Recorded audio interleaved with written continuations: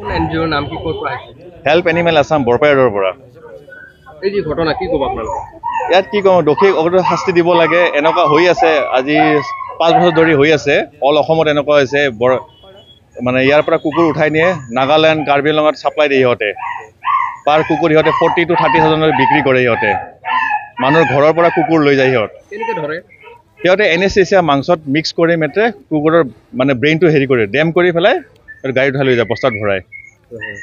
এটা আপোনালোকে এজাহাৰ দিব? এজাহাৰ কপি হেৰি কৰিছোঁ আমি। এনেকুৱা ঘটনা আৰু হৈ আছে? এইটো আমি হাউলি আৰক্ষী থানাক বেষ্ট ভাল এটা হেৰি সক্ষম হোৱাৰ কাৰণে ভাল। এনেকুৱা ঘটনা আৰু হৈ আছে? আৰু হৈ আছে গোটেই অল অসমতে হৈ আছে। সিহঁতে লোকেলো ইনভলভ আছে, নহ'লে নাগালেণ্ডৰ কাৰ্বি আংলঙৰ ল'ৰাই আমি আজি অসমত ঘূৰিব নোৱাৰে। লোকেল ইনভলভ আছে কাৰণে সিহঁতে সাহস পাইছে।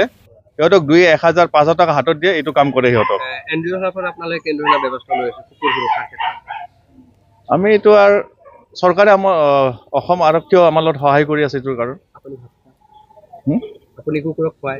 হয়তো আমি এনজিঅ'ৰ পৰা আৰু আমি নিজে ৰাতি 11টা 1টা বজালৈকে কুকুৰক 100+ কুকুৰক ডেইলি ভাত খুৱাওঁ দুপৰীয়া ৰাতি। এনেকুৱা ঘটনা হ'ব নালাগে। এনেকুৱা আশা কৰিছোঁ এনেকুৱা হেৰি হ'ব নালাগে আৰু।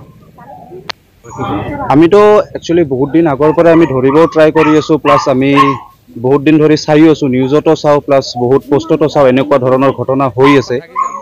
তো সেইটোৱে আৰু এতিয়া আমাৰ প্ৰশাসনৰ ওচৰত এই আহ্বান যাতে এইটো ভালকৈ গুৰুত্ব সহকাৰে লয় আৰু এইটো বন্ধ কৰাৰ কাৰণে হেৰি কৰে।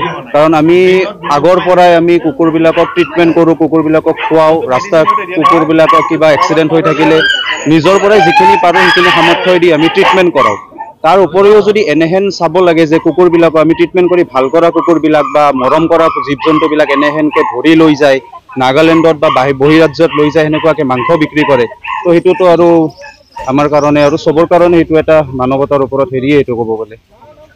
তো এইটো খোজোঁ যাতে সেইটো চৰকাৰে গুৰুত্ব সহকাৰে লয় আৰু এইটো যিমান সোনকালে পাৰে ধৰি সেইটো মানে বন্ধ কৰাৰ। আৰু এটা কথা, কিছুমানে দেখা যায় যে খাদ্যত বিষ মিহলাই কুকুৰ হত্যা কৰে, সৰ্বগত এটা ঘটনা হৈছিল। হয়, সেইটোত আমি গৈছিলোঁ এবাৰ সেইটো ক্ষেত্ৰত। এতিয়া এইটো আমি সজাগতা আনিব লাগিব মানুহৰ আগত, যাতে মানুহে এইবিলাক কাম নকৰে। যিহেতু আমিও প্ৰাণী আৰু জীৱ জন্তুবিলাকেও প্ৰাণী, তাহাৰো প্ৰাণ আছে। তো সেইটোৱে আৰু চবেই সেইটো বুজিব লাগিব। সমাজত যিখিনি আমাৰো যিখিনি হেৰি আছে জীৱ জন্তুৰো সেইখিনিয়ে দায়িত্ব, সেইখিনিয়ে মান সন্মান আছে আৰু সেইটোৱে হয় এজাহাৰ দিম। আমি গম পাই আমি গোটেইকেইটা আহিলোঁ, বৰপেটা ৰোডৰ পৰা আহিলোঁ, বাহিৰৰ পৰাও আহিছে মানুহ। চ' আমি চবেই মিলি এজাহাৰটো দিম আৰু অশেষ ধন্যবাদ হাউলি পুলিচ থানাৰ এইটো পদক্ষেপ লোৱাৰ কাৰণে আৰু এইখিনি ধৰাৰ কাৰণে।